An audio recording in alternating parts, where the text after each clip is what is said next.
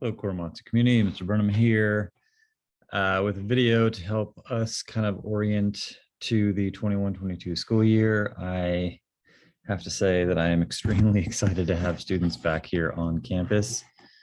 I know our teachers are as well. So here we go. I'll move my way through this. So it's definitely going to be a year like no other. Very excited to have students back on campus. But things are going to be certainly very different than they have been in the past. And, we're going to spend plenty of time at the beginning of the year in particular, and then, throughout is restoring the community.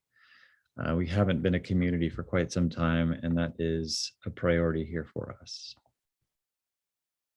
These are the things I'll be covering throughout this slide deck. We'll go over the COVID protocols, a little bit about the schedule, info about homeroom, where you can get support, where students are coming and going here on campus, and then sort of like just a little bit about the first week.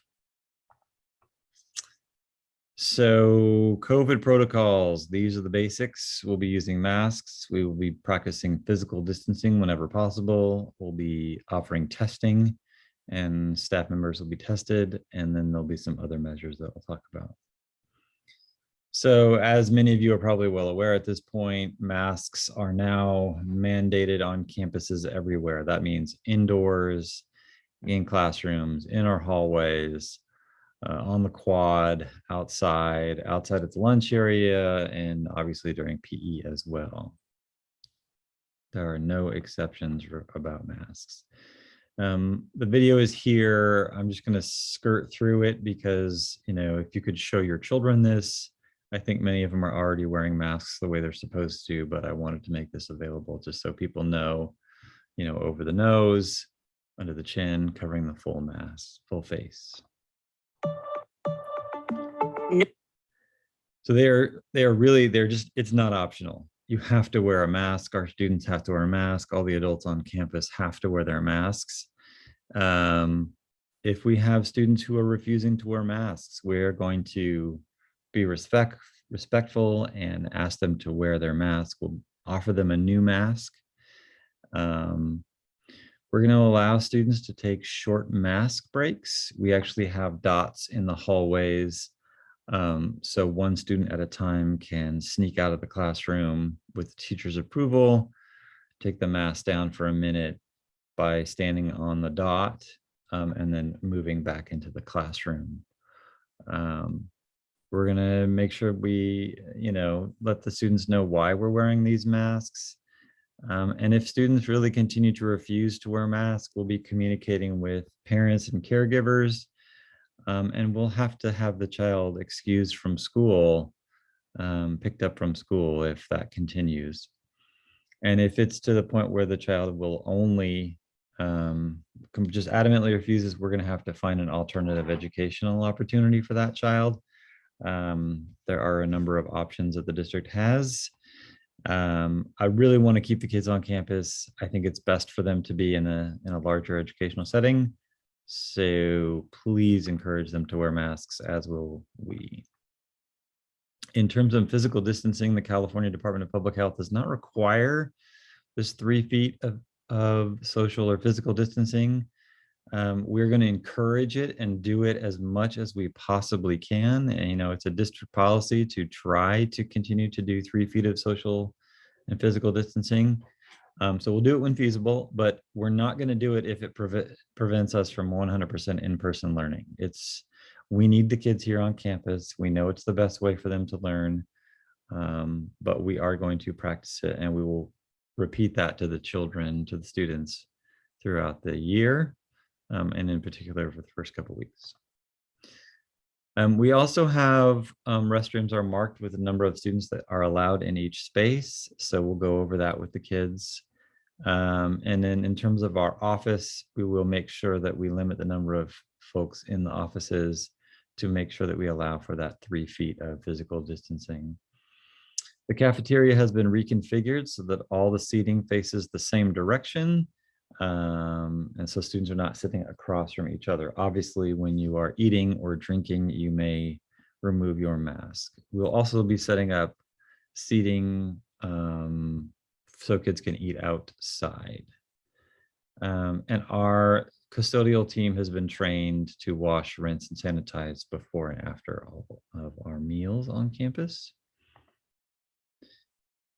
So in terms of the contact tracing, as you are all well aware, the governor announced that all staff members at schools need to be vaccinated or they will be tested once a week. So that begins for adults on September 7th. Testing begins. We can't mandate testing for students, but we want to highly encourage it. Testing begins on testing begins on Monday, August 16th, but enforcement of the governor's mandate begins on September 7th. So key things to know about. You'll be able to sign up for testing on the website. If a household member is being evaluated for COVID-19 or has a known COVID-19 exposure, the household member must isolate and quarantine as appropriate. Your child or the children in your home must stay home until the household member tests negative for COVID-19. If the household member tests positive for COVID-19, your child must quarantine for 10 days from their last contact. And so if your child had close contact within 6 feet of an infected person for at least 15 minutes, with the person who has tested positive, they must stay home and quarantine for 10 days after their last contact. Your child should be tested for COVID 5 to 7 days after their last exposure. This is the district's contact tracing protocol. I don't expect you to commit this to memory. This is for us to commit to. Essentially, we will be following these protocols and looking to see if students are experiencing any of the symptoms that are listed there. The district has a COVID response team. So the minute we hear about a case, the minute we see someone presenting symptoms, I'll be notifying the COVID response team for the district, and then we will follow all the necessary steps and contact all the individuals that that person may have come in contact with, depending on the severity of their symptoms and what the scenario calls for. So if we are going to get shut down, an outbreak is defined as 3 cases connected to the same event. Sites could temporarily close for 1 to 2 days for cleaning, depending on the positive scenarios. Shutdown could take place. All of this would have to be in collaboration with the district, the superintendent, and the county health department. So anything at that level, families will be contacted, in particular those obviously that have come in, who had a child come in contact with someone who may or have had COVID. So it's not just us making these decisions. We'll be working with teams and experts to make sure that we are protecting all of us here at the school. What we are asking families to do is to do a daily home health screening. So we're asking parents to monitor your child's health on a daily basis with this sort of passive health screening, right? So you're going to ask these questions, and then, is your child, do they have a fever? Do they have a headache? Do they have a cough? Do they have a sore throat? Runny nose? So if you answer yes, we're going to say, call the office and keep your child home. We do recognize that attendance is going to take a hit this year because we do not want to see any students here on campus. Many of us have in the past sent our kid to school with 1 or more of these symptoms. We can no longer allow students to come to school with these symptoms. Some of the other things that we've done is our HVAC was adjusted to bring in fresh air. We're not recirculating the air. Our filters have been upgraded to, I think we're MERV 13s now, or 16s. Student assemblies and performances will be outside, and then when necessary, they'll be held outdoors, obviously depending on the weather. Visitors and volunteers will not be allowed on campus without an appointment. Everyone has to be vaccinated or submit to testing. If they're volunteers, we want them all to be vaccinated and with a badge, obviously. For the time being, parent meetings will be conducted over Zoom or Google Meet unless there are no other options. We have an appointment system that we've put onto our website. You just sort of follow that and we'll get back to you in a day or two. IEPs also have the option of being held virtually via Zoom or for Google Meets. We have hand sanitizer in every classroom and pretty much every hallway for students to use. They're going to be emphasizing students to wash their hands, to hand sanitize as much as they can. Teachers have disinfectant spray and wipes, and we have plenty of disposable masks available for students and staff. So, in terms of just sort of navigating our hallways, we have arrows all over the school. We want our students to stay to the right when they're walking in the hallway and really don't want to have large crowds gathering in the hallways. And again, we're going to tell the students this information as well. We're also not using lockers at this time. We're not using PE lockers, and we are not using hallway lockers at this time. So we're going to ask students to wear comfortable clothes that allow a sort of a full range of motion so they don't have to change for PE. We don't want to have 70 or 80 kids in a PE locker room at one time. The schedule, it's different. We have a hybrid block schedule. And so you'll see that on Monday, students will have 3 classes. Tuesday, they'll have 3 classes. And then the rest of the week, they go to all of their classes. We have also incorporated homeroom this year. We're very excited about our homeroom. We just see that as like a home base for our kids. So the simple way to look at the schedule is this. Students are either A or B. And what I want you to do is when you look at your schedule, ignore the letter in parentheses. The only letter to look at is the letter following either period 2, 4, or 5.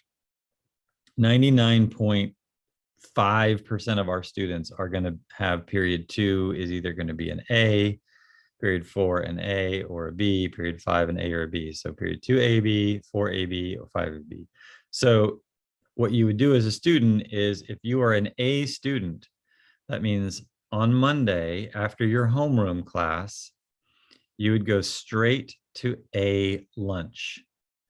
And then after A lunch, you would go to period 2. So if you're a 2A, you go to second period after lunch.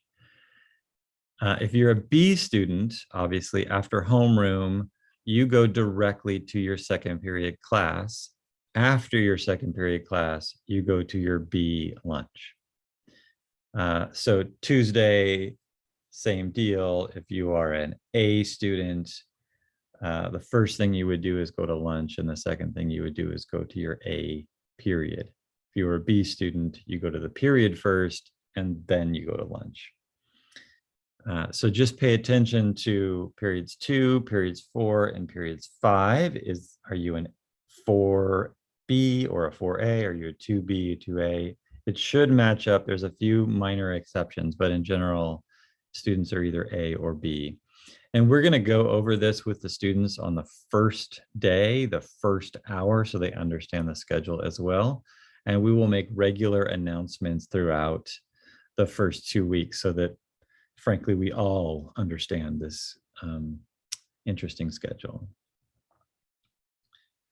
So class schedules, if you came to orientation or walkthrough, whatever we want to call it, you got a preliminary schedule. We have been balancing ever since we printed those schedules. So schedules may change. If you have access to PowerSchool, that's the up to the minute schedule, and you could look on Sunday night to see your, I'm going to put this in quotes, final schedule, because things do change even once we start school. So check PowerSchool. And we have, a couple of years ago, we lost a lot of teachers based on this district's budget. And so we're still slowly trying to get more teachers. on campus. So we don't have a whole lot of flexibility to make real individual need changes for students at this time. Sit tight with us. There may be some things that open up depending on the number of students that show up to school. If you do have a change that you want, we have a form at our website, korematsumiddleschool.org. I think it says class change request form, and you can fill that out. And then we're going to work on those next week and maybe tomorrow if we have the time. Homeroom is an exciting opportunity. Homeroom is Monday, Tuesday, Thursday, Friday. We don't have homeroom Wednesday. It's minimum day. I didn't really fit the schedule. But we want you to think about homeroom in particular for students is like, that's your home base. That is your go-to adult on campus. That's the squad of kids that you're going to sort of like, not have to worry about a grade with, but like learn how to, reconnect with peers in a school setting. It's a place to get information. We'll provide different information. We're going to do a lot of team building in those activities. Executive functioning skills will take place in our homerooms. But it is a place for our sort of restorative restart to begin.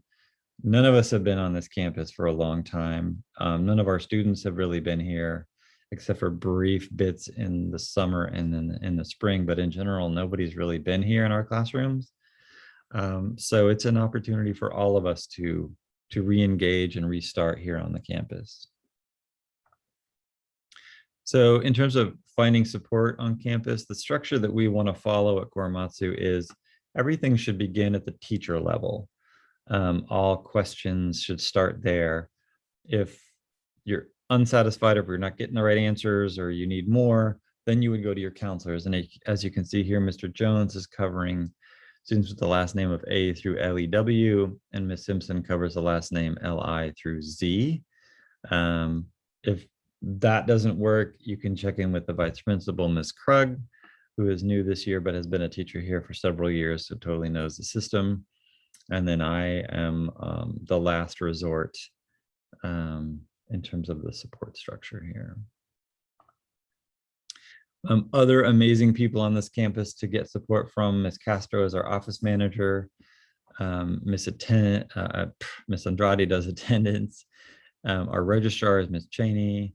Our custodial supervisor, Mr. Sirhan. Our security team currently is Mr. Johnson and Mr. Smith, with us looking to hire another individual in the coming weeks. And then in terms of textbooks and tablets, Ms. Kirkland is there for our students and staff. So how do you enter and leave campus? Here is a map. So hopefully you can see my mouse, but we want families to travel in a clockwise motion around the block. All right, we want students to be dropped off here on Norvell Street down at the bottom of campus, at which point students would walk up the street on the sidewalk. It's a nice big sidewalk, and come through the main gate. If students are dropped off at the top of campus, we want them to walk down the street. Again, it's a nice big sidewalk, and we want them to come through the main gate. Students can also be dropped off here, but please remember we have staff coming in and parking. So please, we do not want families to pull into our parking lots to drop off students. We need to get our teachers and staff into the classrooms to support our students. And please do not park anywhere along here where you see the bus parking, no student drop. We have multiple buses that stop and park here, and they need the space to do that. That's why we want our students to be dropped off at the bottom, at the top, and a little bit right here. And we really do not, we really want to emphasize this, do not park in front of our neighbors' houses. Please don't drop your student off on the right-hand side as you drive up, so that the students, I don't want students walking across the street.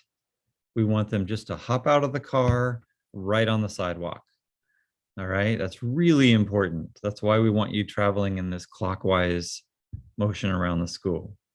So if it hasn't been clear, I want students to come through the center gate right in the front of the campus.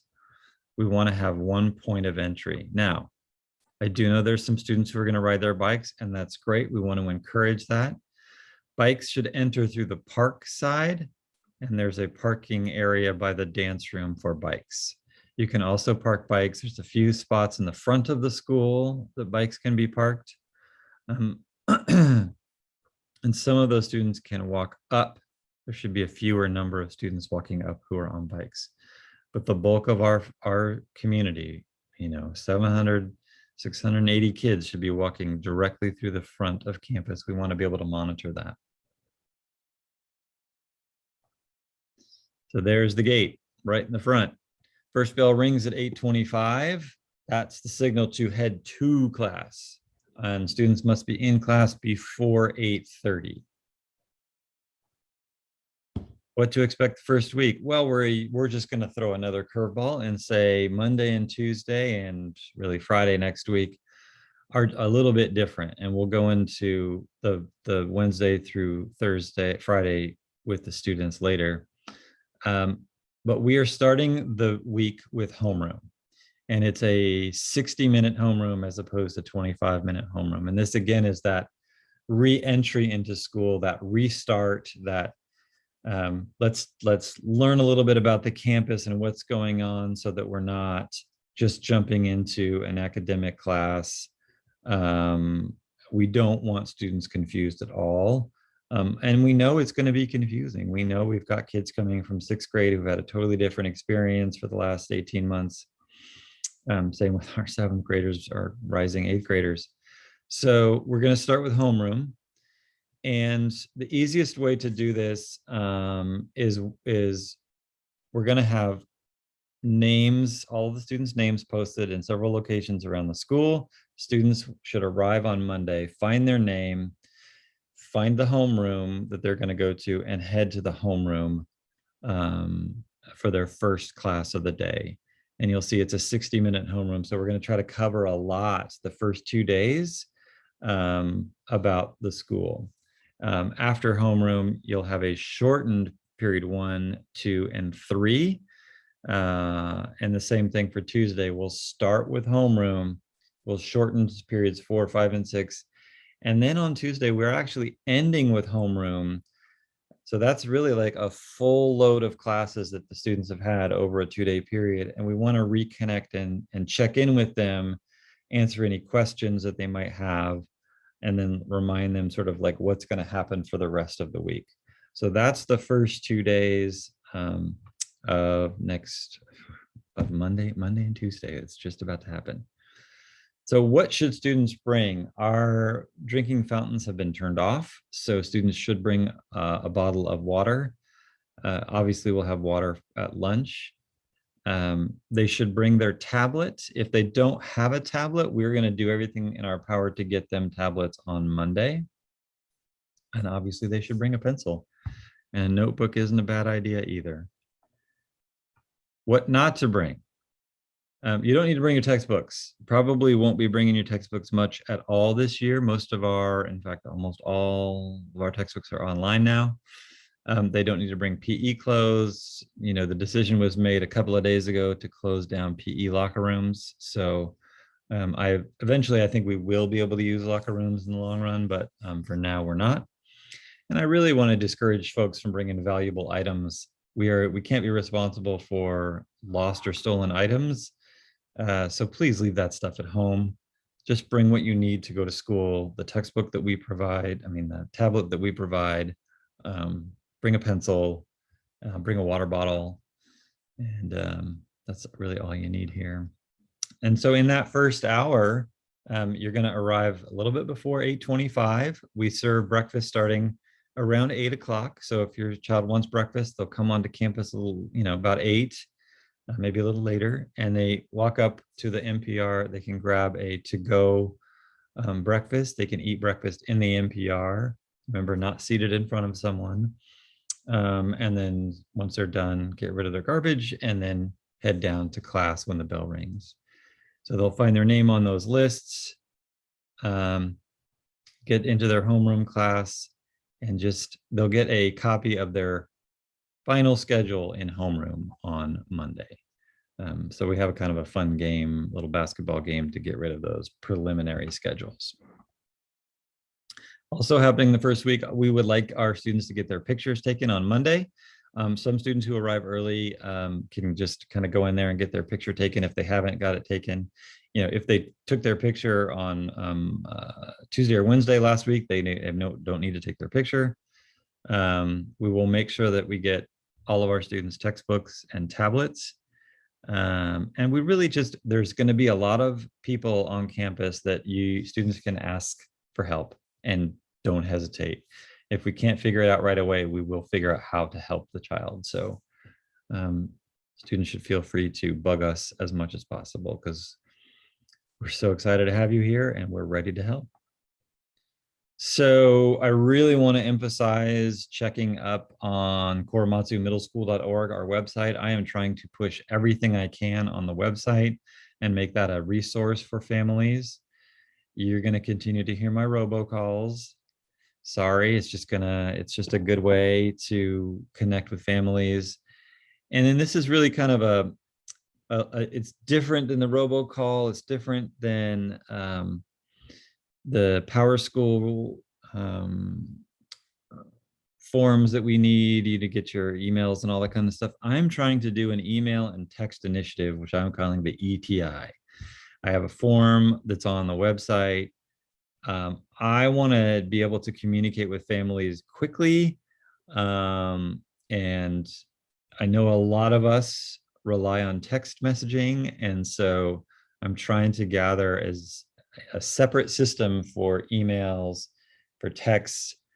Some of us prefer to get our communication in different ways, maybe different from the robocalls. So if an email or a text is better, I want to be able to do that so we can connect quickly.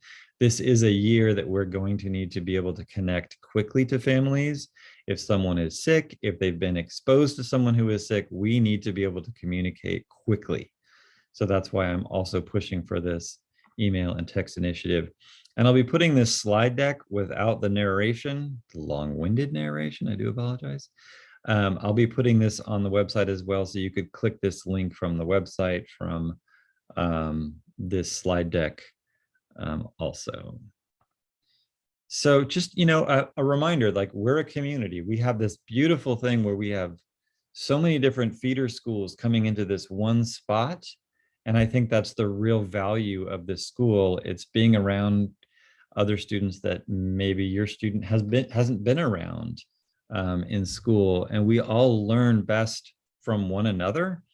And students learn best when they are experiencing things that other kids have been experiencing and sharing. And it's an opportunity, I think, to really build community that we've been gone for 18 months. Here we have a chance to build a community because none of us have been here. None of the kids have really been here. And we want our students to be allies. That's supposed to be our spell check. We want our students to be allies and support each other. So it's going to be a bumpy beginning. I don't think there's any way to say that differently. We have a new schedule. We have a lot of kids that haven't been here. We can't have parents on campus. Like, it's going to be bumpy at the beginning. But we're really glad students are here and returning to campus, and just continue to follow our communications. Remember to have those students wear those masks to school. That's about it. Thank you for listening, and I look forward to seeing our students on Monday.